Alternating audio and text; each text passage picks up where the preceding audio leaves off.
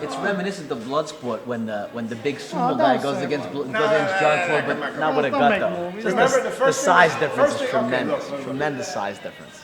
The match is separated into two. Unless is there a tiebreaker match?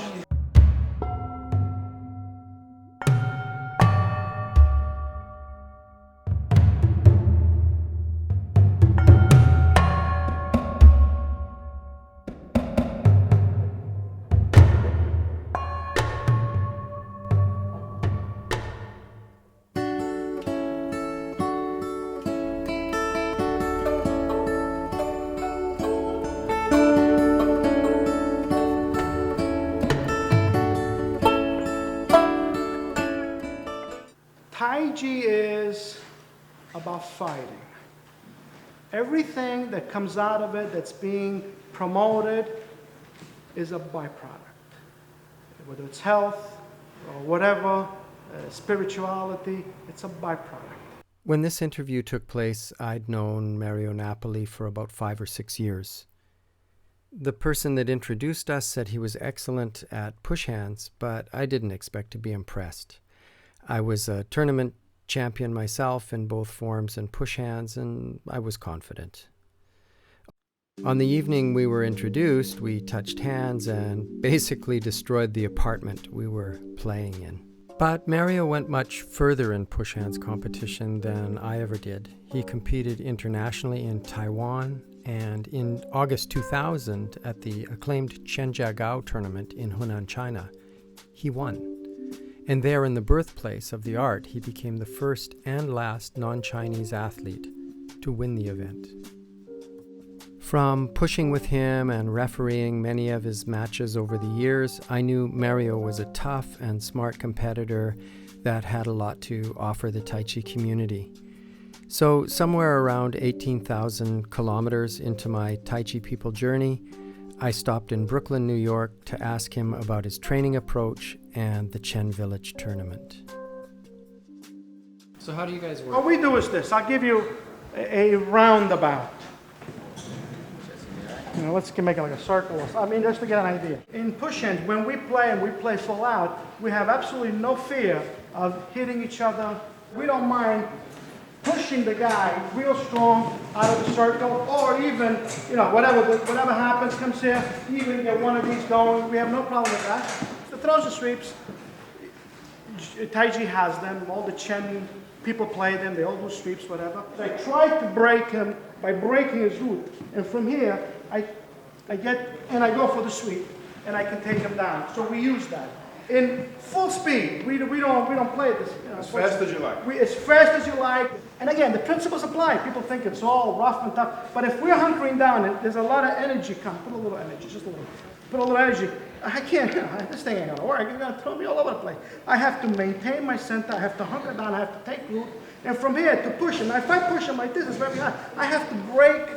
I have to get under him. I have to break his root. Again, my job is to get him from a comfortable position to a position of where he's lost his balance. Now from here is where I can either push him, or from here is where I go for a throw. We do ankle sweeps, so we go for the ankle. We also kick the foot out this way.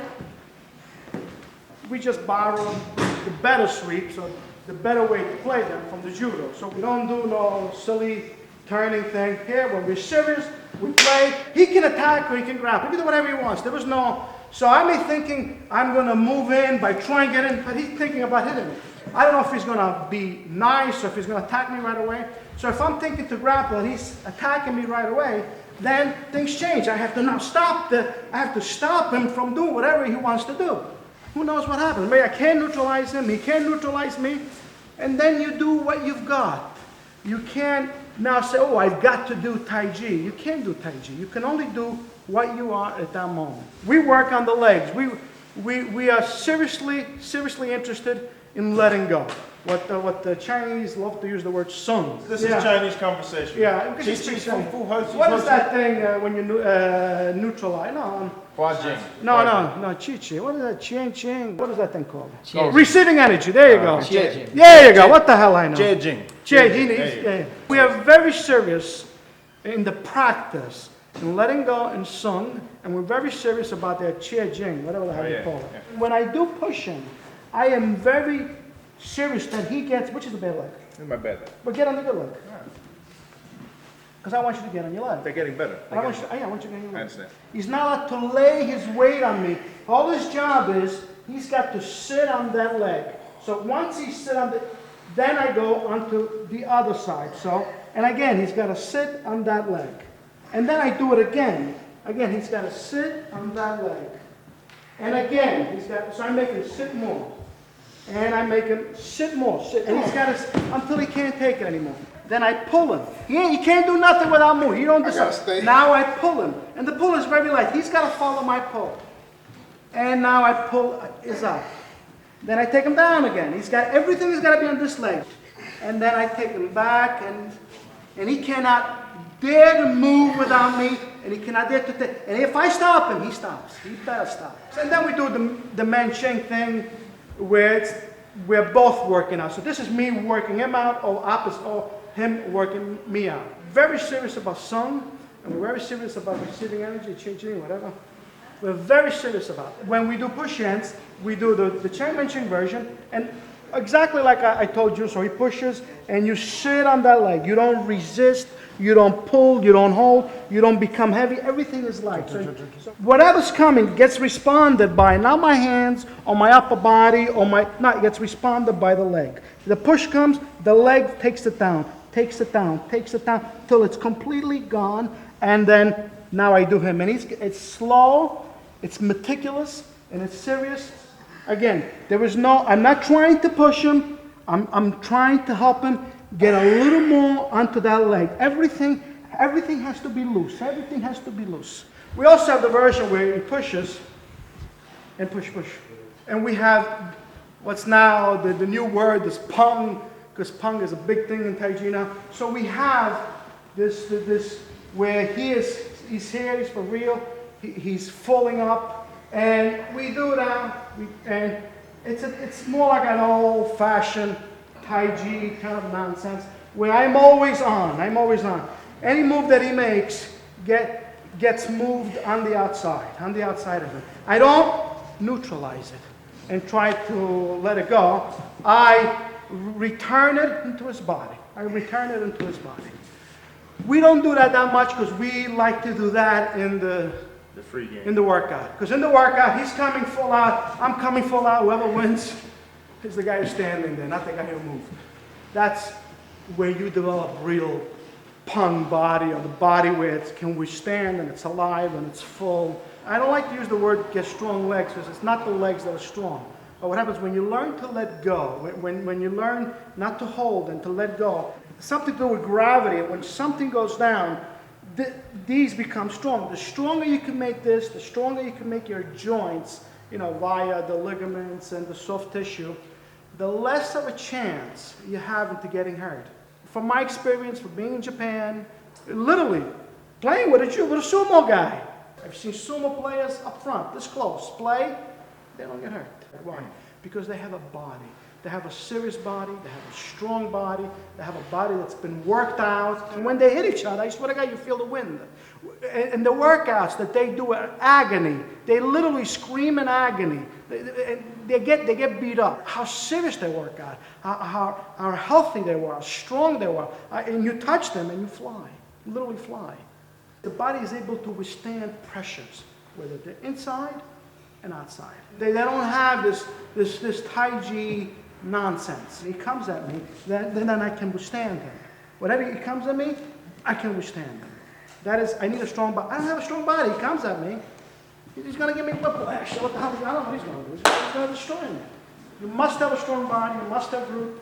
You got to be able to develop a body that can stand what's coming at you. Once you can do that, then you'll learn how to neutralize the guy. This is just one of the drills to let the body develop from inside out, to become strong. So this is part of the drill that we do. Give me a few shots. Go ahead. Hard. Come on. Yeah. Everything you got. Steve, I'm begging you. Hit me. Hit him. Just hit him whatever you got. Hey. Hit him hard, Steve. Hit him hard.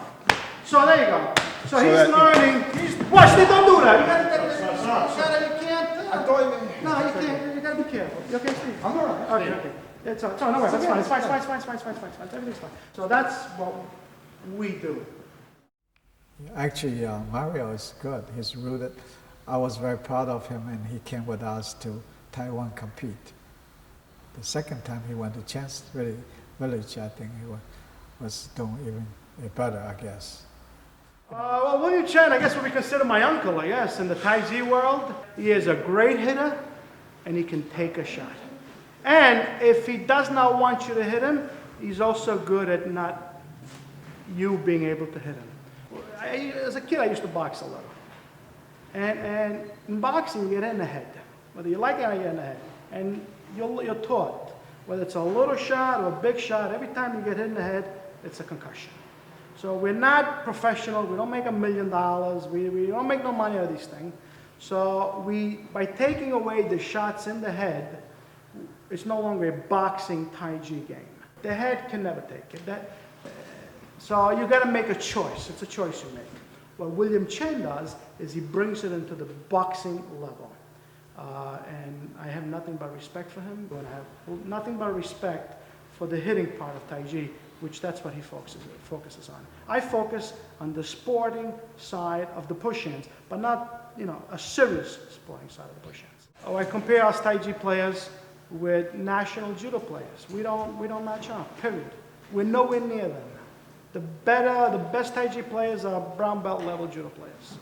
And I've been to Taiwan, I've been to China, no difference there either. I've been to Europe, no difference.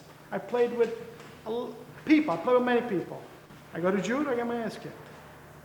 But hey, good judo players. Not good judo players. I can still hold my own. This time we went to Taiwan, he came with us.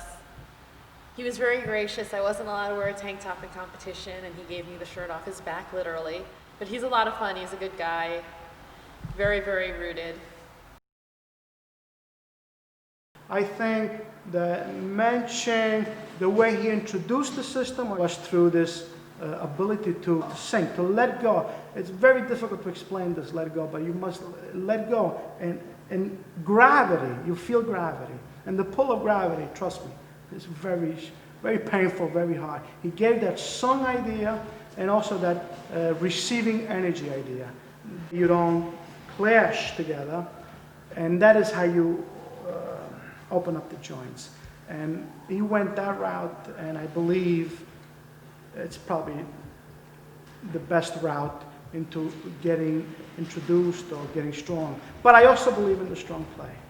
Stan Israel was a beautiful man, a special man. His intellect was unbelievable, who understood this game better than anybody I've ever met. A few times in the beginning, he always said to me, which I remember fondly, I would say things that made sense to me, but yin, yang, all that nonsense.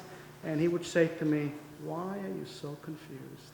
You need a beating within an inch of your life. And I understand that now. What he meant by that is that we, especially Taiji people, have no experience. We have no physical experience in what we're talking about. And we talk as if we are able or capable to have discussions about what athletes are or should be. A Taiji man should be an athlete. We're not athletes, but we talk as if we know. So what he means by you deserve a beating was that you don't know you have no experience, you don't know what you're talking about. You must get the experience. And then you talk from your own personal experience. Taiji people don't have this experience. When you see Professor do the form, he looks like he's doing nothing.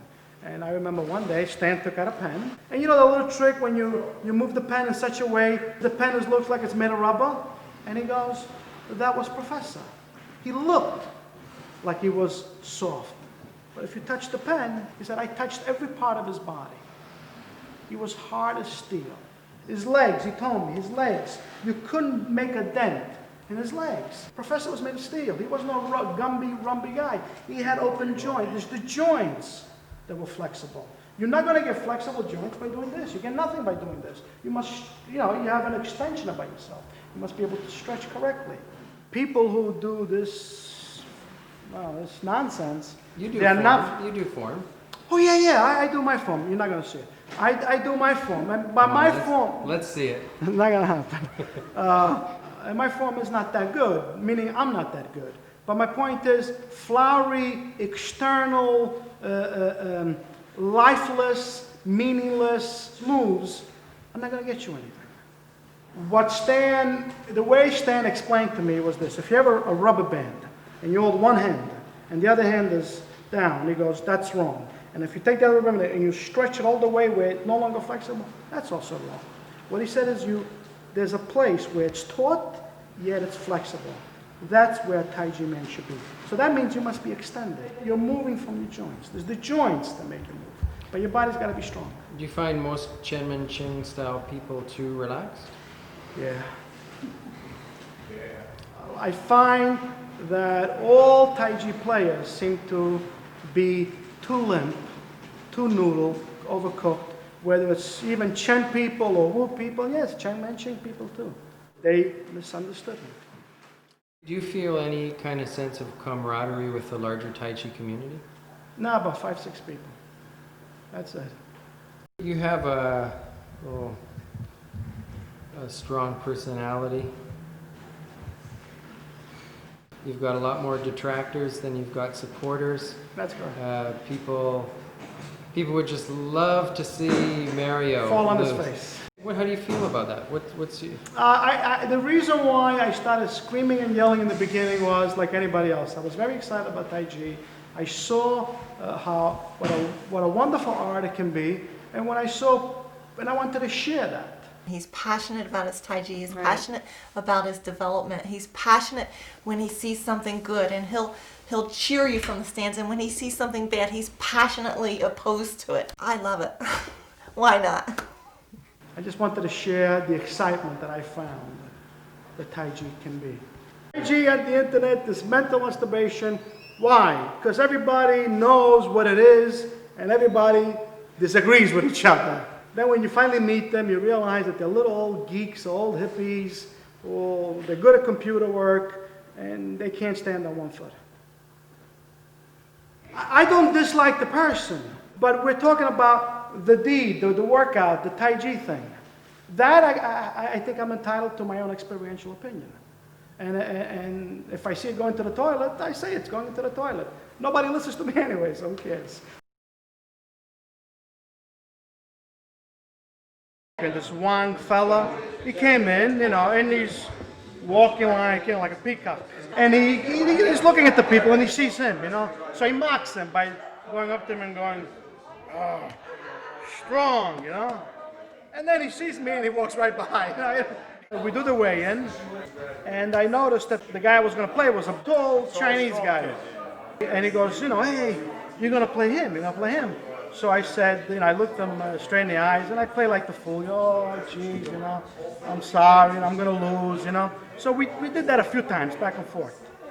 And then I noticed throughout the day, when I saw his teacher talking to other coaches and other Chinese people, always pointing at me and his student, and he would see me and he would give me the little wink, Before you go on stage, you sit next to each other, you wait for the next match, and I'm looking at the coach that he's looking for his player, and then, he meets my eyes, so he smiles, and again, he gives me the wink.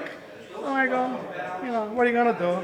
So I'm aware that this winking is going on. He goes, Mario says, this guy keeps winking at me. The coach, every now and then he keeps going, like this. So I'm watching the two of them. Here's Mario's head. Here's the other kid's head in the chair. And I'm thinking, wow, well, Mario's going to come and get his ass kicked in the first match. And that's going to be it. We're going to go home. The kid's like, steam's coming off his skin. He's ready to go. Mario's got his, oh, let's see how long I can last in this thing. They finish the little circle. The whistle blows. And the first thing that happens is Mario steps in. And the guy goes flying off the stage and off the padding around the stage. And I mean, like 300 or 400 Chinese people all went, ooh, all together, Anyway, end of the story is, I win the match. I'm walking off the stage, and I see like the look of, disbelief of the coach. He was like this. So I walk up next to him and I go, I walk away. The second match wasn't, was a big guy, big Russian guy. But by then I was already sick. I was always going to the bathroom and everything. The first minute or 2-3 minutes of it, I'm having an easy time with him. I throw him right away, no problem. But after that, I'm very weak. I have no more strength. And the match lasts a long time. But there's nothing spectacular. Big, strong kid, but You got a decisive victory. Yeah, it was I mean, decisive. it was like 1, 2, 3, and if you got a fourth, it would have been over. But yeah, I guess you gotta know the rules. If you knock the guy down, you get 5 points. if you don't go down, But if you go down, you only get 1 point. You push the guy out, I'm simplifying the rules. If you push the guy out, you get 5 points. But if he pulls you within, you only get 1 point. The matches are supposed to be 2 3-minute rounds. They turn out to be 2 10-minute rounds. One match lasts about 20 minutes, and it was hard. The third match was hard. Big guy. That was the big guy. Big guy. This guy's 6'3", 6'4", 350 pounds. okay, well, Solid guy. He's a 26-year-old, 280-pound wrestling champ. He was a house. It was a brick house. Okay. It's reminiscent of Bloodsport when the big sumo Oh, guy don't goes say against that. Jean-Claude, but not with a Don't gut make though. movies. Just Remember the, the first the thing- size first difference is thing- okay, tremendous. look. Tremendous size difference. We all looked at him. Mario too. We all looked at him. Big We're guy. like, look who's gonna win. Wow, look who's gonna win the whole thing. Because this guy looked like he could just, knock you right off the stage. Well, didn't quite go that way. I couldn't throw the guy down. It was just impossible. It was just too big for me. And so I figured, let me try and move him off the stage. But every time I got him off the stage and I would push him, his pull was just too strong, and I would go with him. So I would only get 1 point. He got 2 clean ones. got 2 clean ones. So in But the the first halftime, half, it's like 10-3. it was 10-3. Which is bad, and now the dysentery's kicking in full blast. I mean, this is where the gurgling and the Imodium and this is when it got disgusting, They fed us like regular Chinese style with the plates. The second night they became buffet style. And the third night was with the first match, so whatever. Right. We're thinking, wow, maybe we better just get him off the stage because he doesn't look good, man. Never mind winning or losing, he might have a collapse or something. I was breathing heavy, my heart was going boom, boom, boom, boom. I thought I was, when you're in that moment, you get a little fancy, you think you're gonna die and stuff. Right. So I said to myself, make up your mind, because just stop. You're here to play, get serious, play. Whatever happens, happens. You get hurt, you get hurt. You don't get hurt, you don't get hurt. Or shut the fuck up and get out. And that is when I decided that I was going to win that match. And I knew what I had to do. And I had to not only push him, which I knew I could do that, but I had to stop him from pulling me. When I go back onto the stage, I tried to sweep the guy. The guy's like a tree trunk. And when I swept him, his legs were so strong, and I was in a weak shape, that I fall down. Yes. That I remember fall that. down.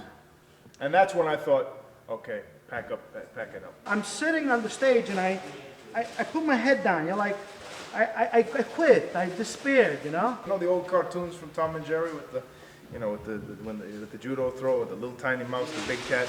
He manages to get a throw on this big guy, man. And I get the guy. Now I'm ahead of the guy. There's a scene when I flip him again, and I'm like well ahead of him that I can hold my ground.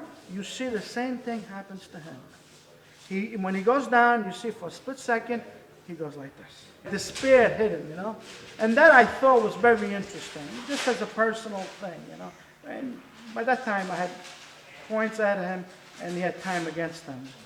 The match was over, and I literally did this to him.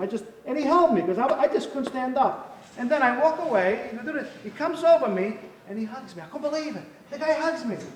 It was like, no reason for him to do that.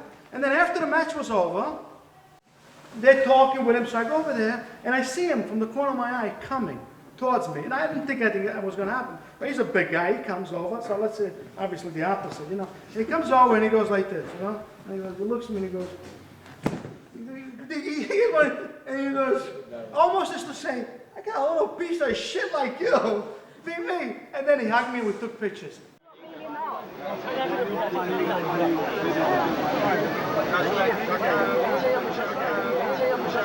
Yeah, third. The next third. the next competition, will you come here?